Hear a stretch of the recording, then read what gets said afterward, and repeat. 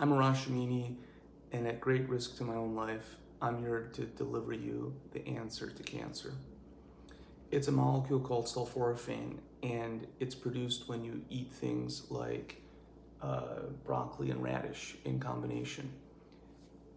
Glucoraphanin is acted on by an enzyme called myrosinase in the acidic saliva of your mouth, and the pungent sulforaphane is produced. Now, sulforaphane activates the body's NRF2 system. It actually unregulates it, or it lets it go to its maximum potential. And this pathway is a signal pathway that activates over 250 genes in your body. Genes print proteins determined by the gene previously, right? 60 of those genes are cytoprotective. They're cellular protection genes, and they go out and they find inflammatories and they remove them and repair the damage caused by them in the most generic, non-medical sense. I'm not a medical doctor. However, of the over 3,000 papers on sulforaphane, this is sulforaphane. This is a precursor mix you mix in to produce very active, full analog complex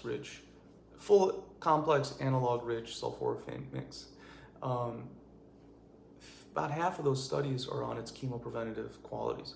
That's well known. Everyone knows that. The question has always been, how do we get results from that we're seeing in the lab in a human being? And that's where the commercialization process has been so difficult. Everybody wants to produce and are already taking to trial, certain drugs based on sulforaphane. But since it's a natural molecule, it's a naturally occurring molecule, you can't patent it. Now, there's some other issues around commercialization. In terms of stability, the molecule is very unstable, and so it degrades very quickly. So you can't just make it once and then ship it. So other companies have formed different stability measures to encase the molecule sulforaphane in different artificial molecules, and then maybe one group in the UK has patented their things like a sucrose sugar-based ring around the molecule, and that keeps it stable. But the problem with that is that you never just need the one molecule you're trying to get.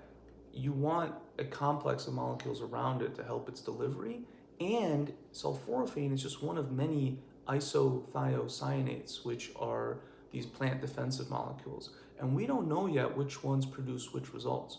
That's why when we grow our sulforaphane mix, which surpasses lab quality, everything is in there, providing maximum absorption, maximum effect.